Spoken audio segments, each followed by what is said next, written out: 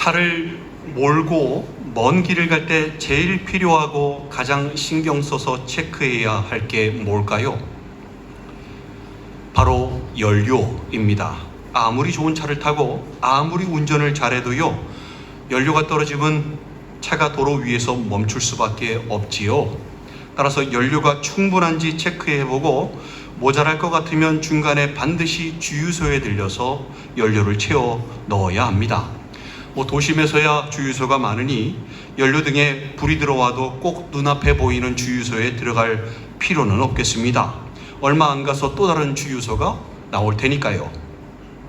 근데 가는 곳이 도심으로부터 멀리 떨어진 낙후된 곳이라면, 예를 들어서 가나 지방도시처럼 도시와 도시 사이가 멀리 떨어져 있는 곳이라면 주유소들이 생각보다 많지 않겠습니다. 이런 곳에서는 연료등에 불이 아직 들어오지 않았더라도 그냥 지나치면 안 됩니다.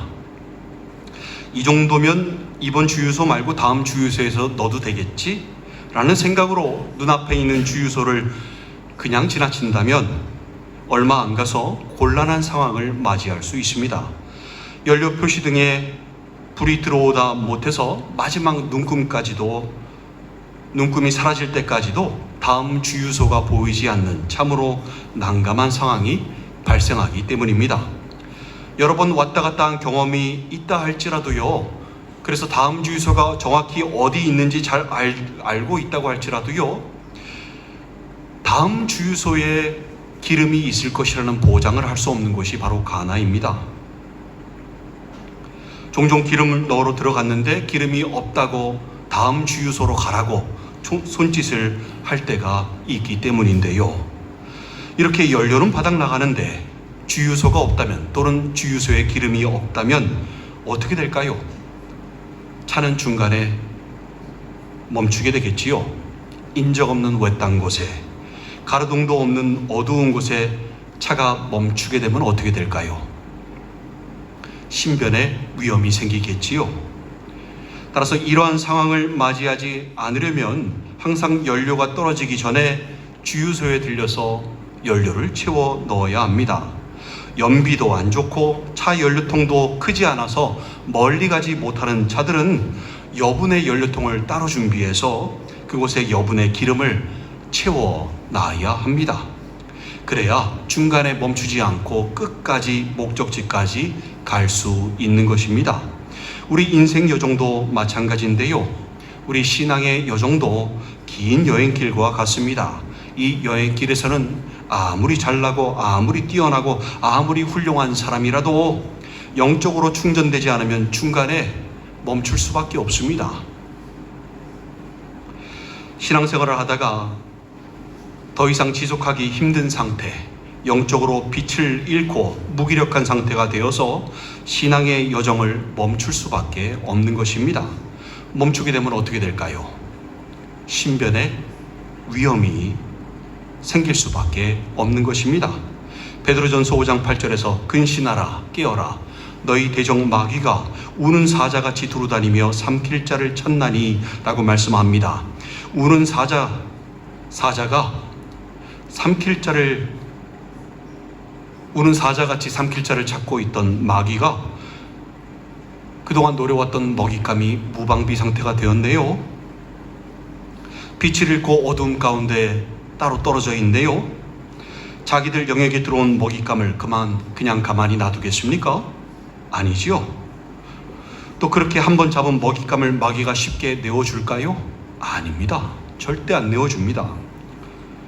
이처럼 주님을 떠난 영혼이 다시 주님 앞에 나올 수 있으려면요, 기적이 아니고서는 돌아오기 힘든 것입니다.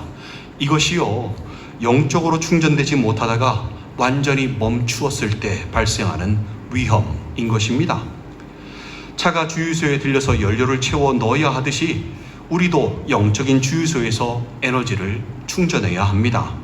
하나님은 우리의 여정 가운데 예비된 주유소를 마련해 놓으셨습니다.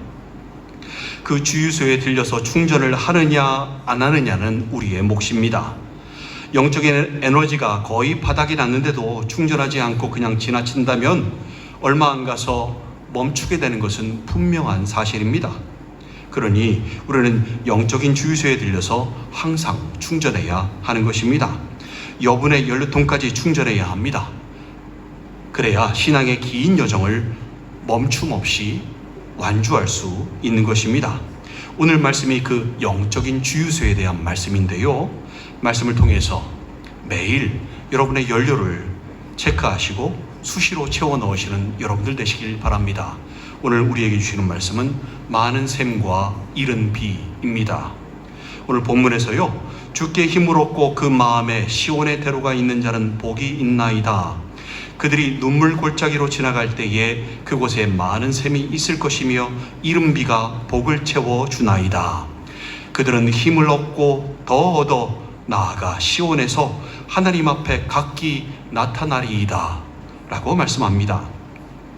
주께 힘을 얻고 그 마음에 시온의 대로가 있는 자는 복이 있나이다 라고 말씀하는데, 시온의 대로가 뭘까요?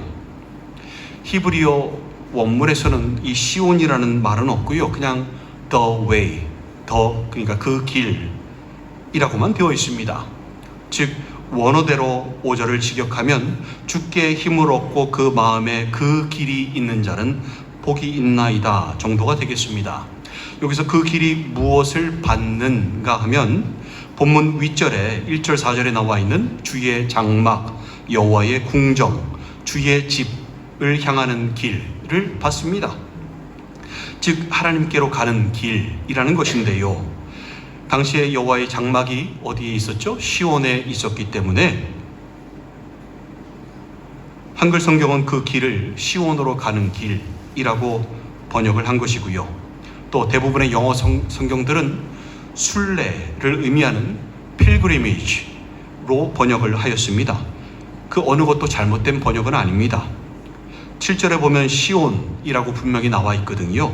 그래서 시온으로 가는 길이 맞다는 것을 확인해 주고요, 또 하나님 앞에 서기 위하여 걸어가는 길도 순례의 길이거든요. 그러니까 둘 다 맞는 번역인 것입니다. 우리 신앙인들에게도요, the way가 존재합니다. 하나님께 나아가려면 무조건 이 길을 통과해야 하는데요, 요한복음 14장 6절에서 여러분도 잘 아시는 말씀인데요, 예수께서 이르시되 내가 곧 길이요 진리요 생명이니 나로 말미암지 않고는 아버지께로 올 자가 없느니라 라고 말씀하십니다. 주님께서 직접 뭐라고 말씀하십니까? I'm the way 라고 말씀하십니다. 바로 주님 자신이 그 길임을 말씀하시는 것입니다. 그리고 그 길이 아니고서는 아버지께로 올 자가 없다 라고 말씀하시는 것입니다. 아버지의 집을 향하여 갈 수 있는 유일한 길이 바로 우리 주님이신 것입니다. 신앙인이란 주님께서 십자가에 못 박히심으로 놓으신 이 십자가의 길, 구원의 길, 생명의 길, 아버지께로 가는 길이 그 마음에 놓여있는 사람을 말합니다. 이 길은 좁습니다. 길이 하나밖에 없기 때문에 좁고 협착해서 가기가 힘든 길입니다. 또 이 길은 내 힘으로, 내 의지로 갈 수 있는 길도 아닙니다. 반드시 주님께서 힘 주셔야 갈 수 있고, 또 주님께서 힘 주셔야 끝까지 갈 수 있는 길입니다. 5절에서 주께 힘을 얻어야 갈 수 있는 길이 시온의 대로이고 순례의 길이라고 말씀한 것입니다. 어떻게 해야 주님께 힘을 얻을 수 있을까요? 6절에서 말씀하는데요, 그들이 눈물 골짜기로 지나갈 때에 그곳에 많은 샘이 있을 것이며 이른 비가 복을 채워 주나이다 라고 말씀합니다. 영적인 주유소에서 힘을 얻을 수 있는데 그 영적인 주유소가 뭐냐 하면 바로 많은 샘입니다. 주유소가 얼마 없는 게 아닙니다. 주님께서 띄엄띄엄 세워놓으신 게 아니라 많이 세워놓으셨습니다. 우리가 마음만 먹으면 얼마든지 충전할 수 있게, 주유소가 없을까봐 마음 쪼들릴 필요 없이 충분히 많은 샘을 만들어 놓으신 것입니다. 또 주유소 안에 기름이 없을까봐 걱정할 필요가 없습니다. 이른 비로 그 샘들을 미리미리 항상 채워 놓으시기 때문입니다. 그래서 은혜가 모자라지 않게, 부족하지 않게 늘 예비하고 준비해 두시고 계시는 것입니다. 항상 넘치도록 채울 수 있도록 준비해 두신 것입니다. 더 큰 은혜를 준비하시는 것입니다. 이 많은 샘과 이른비가 화려한 도심에 있는 것이 아니라 눈물 골짜기에 있습니다. 넓은 문 넓은 길에 있는 것이 아니라 좁은 문 좁은 길에 있습니다. 눈물 골짜기가 어디를 말하는 것일까요? 원어 성경에서는 바카 골짜기라고 하는데요, 실제 지명 이름이기도 합니다. 시온산으로 올라가는 그 골짜기 이름이 바카 골짜기입니다. 그래서 대부분의 영어 성경에서는 그냥 바카 골짜기라고 번역을 했는데요, 유독 한글 성경하고 몇 개의 번역본들만 눈물 골짜기라고 번역했습니다. 왜 그런가 하면 바카의 뜻이 눈물이기 때문입니다. 우리 신앙의 여정길이요, 눈물 골짜기입니다. 이 눈물 골짜기는 피할 수 없는 길이고 각자 자기를 부인하고 자기 십자가를 지고 가야만 하는 길입니다. 주님께서 홀로 가신 그 길을 뒤따라 걸으며 감사의 눈물로 가는 길이기도 하고요, 또 가정의 어려움, 경제적인 고난, 건강의 문제, 인간관계의 갈등 속에서도 믿음을 지키고 눈물로 가야 하는 길이기에 또 눈물 골짜기입니다. 누구나 신앙의 여정 속에서 지치고 기름이 떨어지고 더 이상 달릴 힘이 없는 순간을 맞습니다. 직장에서, 가정에서, 또 학교에서, 심지어는 교회 사역 가운데에서도 탈진할 때가 있습니다. 걱정할 필요가 없는 것은 하나님께서는 이 눈물 골짜기 곳곳에 많은 주유소들을 준비해 두셨기 때문입니다. 엘리야가 낙심하고 방전에서 멈추었을 때 그곳이 어딘가 하면 바로 로뎀나무 주유소였습니다. 그 주유소에서 엘리야는 영적인 에너지를 충전받고요, 다시 길을 떠날 수 있었습니다. 우리도 살다 보면 영적인 에너지가 떨어져 멈추고 싶을 때가 있습니다. 아예 낙심하고 방전되어서 멈추고 싶을 때가 있습니다. 그런데요, 하나님께서는 바로 가까운 곳에, 아니면 바로 그곳에 주유소를 준비해 두셨습니다. 이미 기름도 충분히 준비해 놓으셨습니다. 많은 샘과 이른 비로 준비해 두신 것입니다. 우리는 그저 그곳에서 연료를 채워 넣기만 하면 됩니다. 그곳에서 쉬고 회복하고 또 소생케 되면 됩니다. 그러고 나면 다시 길을 갈 수 있게 되는 것입니다. 우리는 이 주유소들에서 예배를 통해서, 말씀 묵상을 통해서, 또 은밀한 곳에서 하는 기도를 통하여 연료를 채워 넣을 수 있습니다. 근데 여러분, 그냥 지나치면 안 됩니다. 먼저 번에 예배를 드렸기 때문에 다음에 드리면 되겠지라고 생각하며 지나치시면 안 됩니다. 먼저 번에 말씀을 묵상했기 때문에 이번에는 좀 쉬어도 되겠지라고 생각하며 그냥 지나치시면 안 됩니다. 먼저 번에 기도를 했기 때문에 나중에 하면 되겠지라고 생각해서 지나치시면 안 됩니다. 그렇게 하면 연료가 충전되지 않겠지요. 점점 더 바닥나서 얼마 안 가 멈추어 버릴 것이 뻔하기 때문이지요. 소생하지 못하고 회복하지 못한 채로 가던 길을 멈추게 되겠지요. 그 길이 구원의 길이고 생명의 길이고 아버지의 집으로 가는 길인데 그 길에서 멈추게 되면 어떻게 되겠습니까? 위험해지겠지요. 우는 사자같이 삼킬 자를 찾고 있던 마귀가 노려왔던 먹잇감을 놓칠 리가 없겠지요. 또 한번 잡고 나면 쉽게 놔줄 리도 없겠지요. 결국에는 믿음을 잃고 흘러 떠내려가지 않겠습니까? 이렇게 주유소가 있는데도, 주유소가 많은데도 괜찮겠거니 하고 생각하며 멈추지 않고 지나가 버리는 사람들이 있습니다. 너무 바쁘다는 이유로, 먹고 살기 힘들다는 이유로, 예전에 받았던 은혜가 아직까지도 남아있어서 나는 괜찮다 라고 생각하며 그냥 그런 이유로 지나치려고 하는 것입니다. 여러분, 그러지 마시기 바랍니다. 언제 기름이 떨어질지 모르는데 자신하지 마시기 바랍니다. 괜찮다고 생각하지 마시기 바랍니다. 영적으로도 부익부 빈익빈이 존재합니다. 충분히 은혜가 있는 사람인데도 더 은혜에 목말라 하고요, 은혜가 거의 다 떨어져 가는데 연료가 없는데도 무시하고 괜찮겠거니 하고 생각하고 살아가는 사람들이 너무나도 많습니다. 그러지 마시기 바랍니다. 항상 채워 넣어야 합니다. 마태복음 25장에 나오는 슬기로운 다처녀와 미련한 다처녀의 차이를 잊지 마시기 바랍니다. 모두 신랑이 오기를 기다리고 있던 사람들이었지만 슬기로운 다처녀는 늘 여분의 기름을 준비해 둔 사람들이었고요, 미련한 다처녀는 나중으로 미루다가 여분의 기름을 준비하지 못한 사람들이었습니다. 신랑이 왔다는 소리에 미련한 다처녀가 슬기로운 다처녀에게 이렇게 얘기합니다. 아유, 우리 등불이 꺼져가니 너희 기름을 좀 나눠줄래? 슬기로운 다처녀가 얘기합니다. 우리와 너희가 쓰기에 다 부족할까 싶은데 차라리 파는 자들에게 가서 너희 쓸 것을 사면 어떨까? 미련한 다처녀는 그때서야 기름을 준비하러 나갑니다. 그리고 기름을 사서 돌아왔을 때는 이미 혼인잔치의 문이 닫혀 버린 후입니다. 미련한 다처녀가 문을 두들기며 얘기합니다. 주여, 주여, 우리에게 열어주소서 라고 외치는데 주님께서 안에서 말씀하십니다. 진실로 너희에게 이르노니 내가 너희를 알지 못하노라. 이 비유를 누가 말씀하신 겁니까? 주님께서 말씀하셨습니다. 이게 바로 여분의 기름을 준비하지 못한 자의 최후인 것입니다. 우리도 지금까지 신랑을 기다려온 사람들인데요, 우리도 믿음의 사람들인데요 라는 말은 통하지 않습니다. 여러분, 행함이 없는 믿음은 죽은 믿음이라고 야고보서 2장에서 말씀하지 않습니까? 여분의 기름을 준비하지 못한 믿음이 행함이 없는 믿음, 죽은 믿음인 것입니다. 기름을 사는 것이 어려웠을까요? 기름 파는 곳이 멀리 있었을까요? 기름 파는 곳이 많지 않고 파는 사람들이 기름이 다 떨어져서 기름 구입하기가 힘들었을까요? 아닙니다.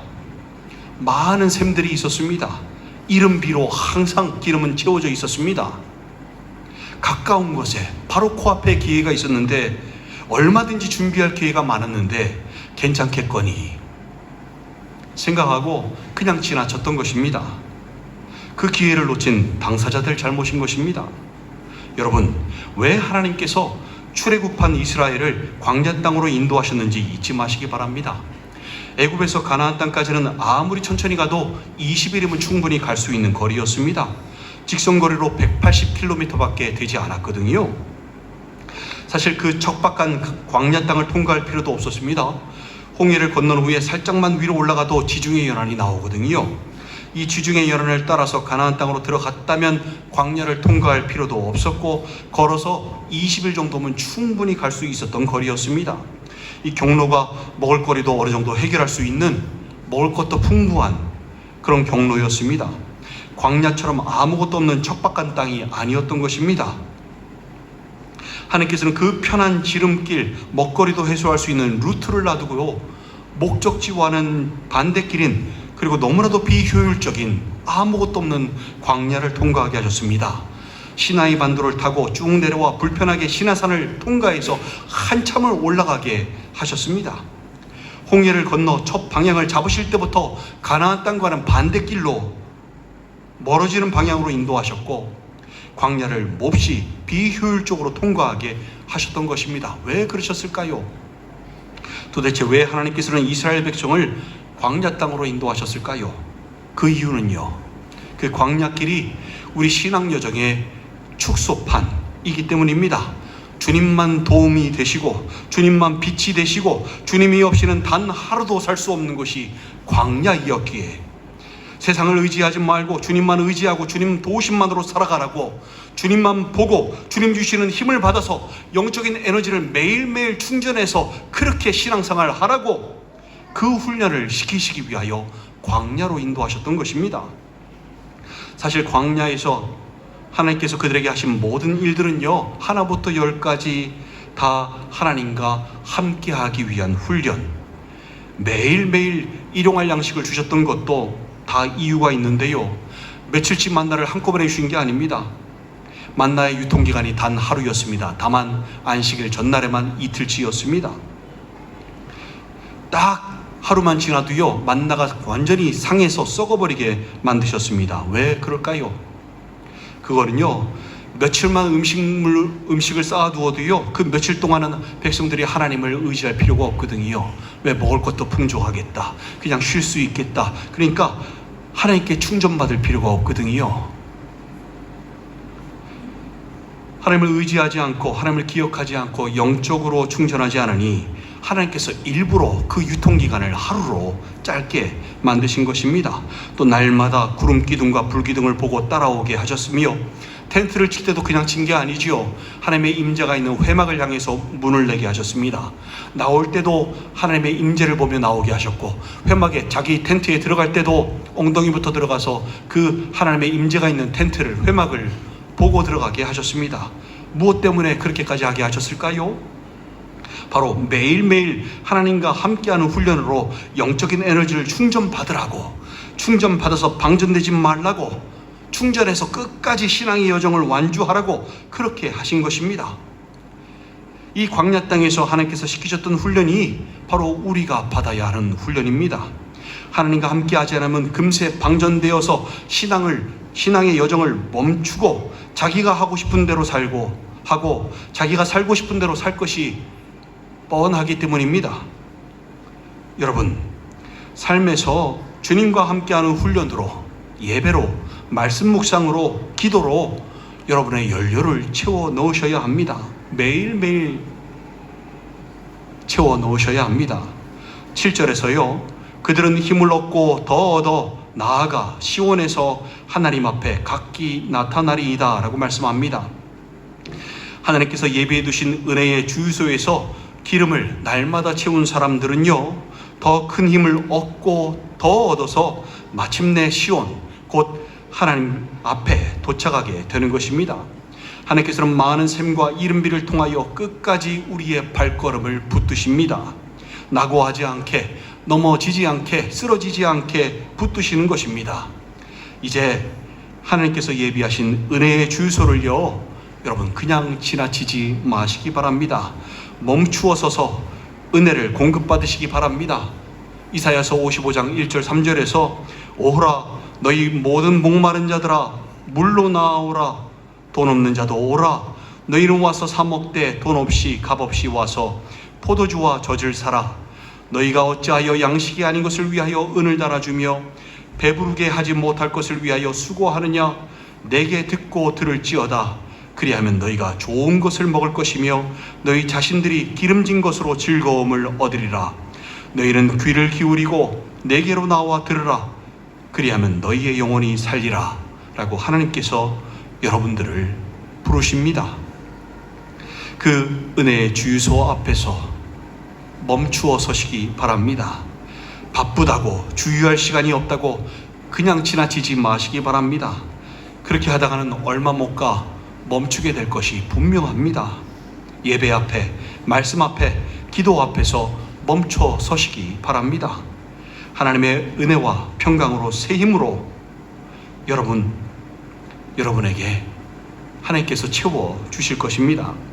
여분의 연료통에도 가득 차는 기름을 채워 주실 것입니다. 우리의 영혼을 살리실 것입니다. 주님께서는요, 우리의 연약함을 잘 아십니다. 그래서 한번 채워주시는 거로 끝나지 않고요, 매일매일 더 채워주십니다. 오늘보다 내일 더 큰 은혜가 준비되어 있는 것입니다. 힘을 얻고 또 얻어 결국 아버지의 집 주님의 품으로 가게 하십니다. 그 은혜를 그냥 지나치지 마시고 꼭 채워서 누리시는 여러분들 되시기 바랍니다. 몇 년 전에 받았던 은혜, 옛날에 받았던 은혜를 언제까지 울고 먹고 계시겠습니까? 그러지 마시기 바랍니다. 사랑하는 지체 여러분, 우리는 모두 인생이라는 긴 여정길을 가고 있습니다. 그 길에는 눈물 골짜기가 있습니다. 눈물만 있는 고난의 길이 아니라 쉼이 있는 길이고 회복이 있는 길이고 우리가 소생케 되는 우리의 영혼이 사는 길입니다. 하나님께서 이미 예비된 주유소를 두시고 우리를 쉬게 하시고 회복시키시고 소생시키시기 때문입니다. 그곳에 많은 샘을 터뜨려 주십니다. 그곳에 이른비를 내려 미리 채워 놓아 주십니다. 우리가 그곳을 그냥 지나치지 않고 멈추어 서서 은혜를 채울 때 하나님은 우리에게 힘을 더하시고 또 더하십니다. 그리고 신앙의 여정을 넉넉히 완주할 수 있도록 붙드십니다. 주님은 오늘도요, 이 예비된 주유소에 우리를 부르셨습니다. 주님의 은혜가 오늘 여러분의 심령과 삶에 가득 채워지기를 소망합니다. 여분의 연료통에도 가득 채워지기를 소망합니다. 그리고 매일매일의 삶 속에서도 주님께서 예비하신 그 많은 샘과 이른비를 통하여 은혜가 넘치기를 소망합니다.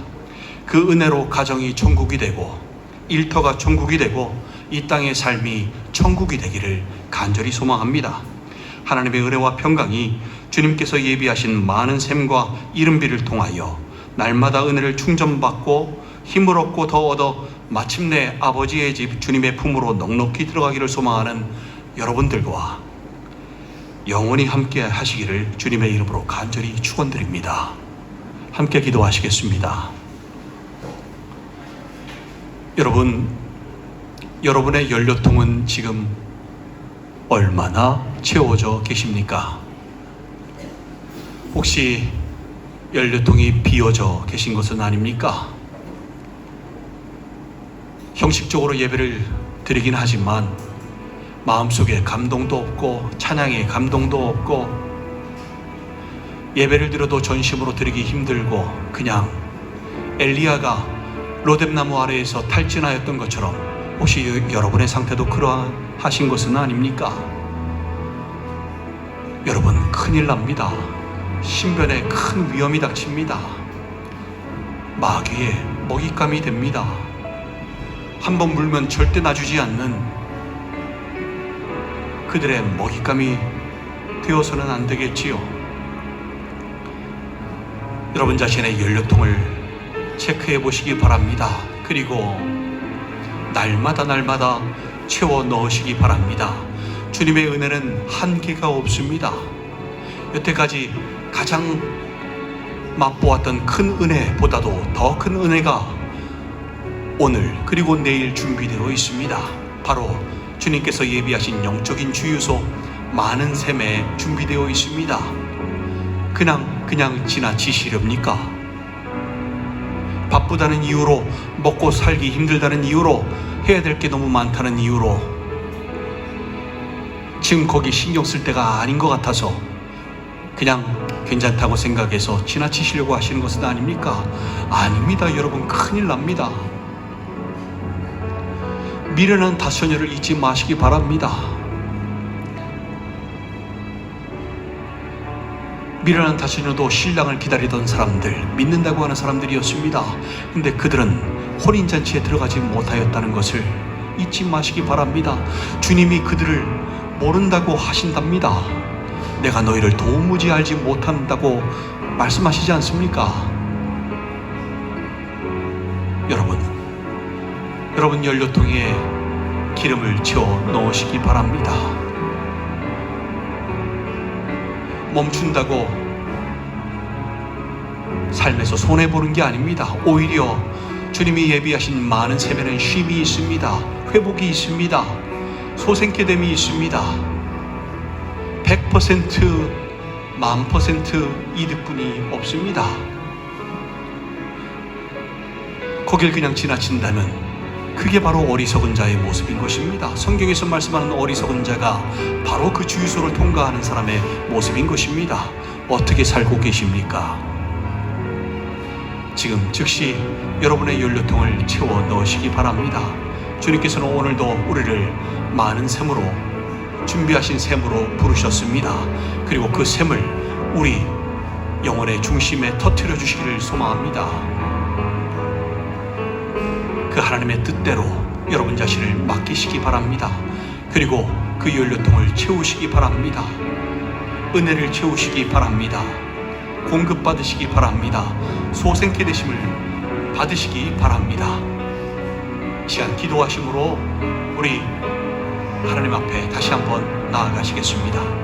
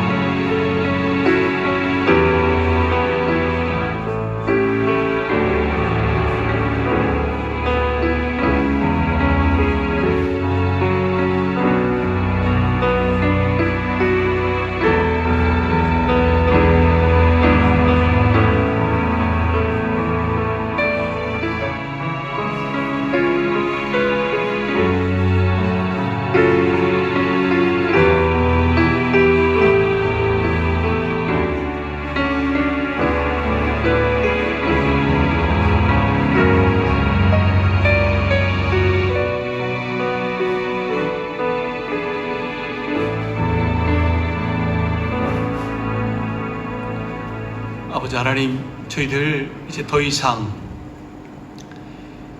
예비하신 은혜를 외면하지 않게 하여 주시고,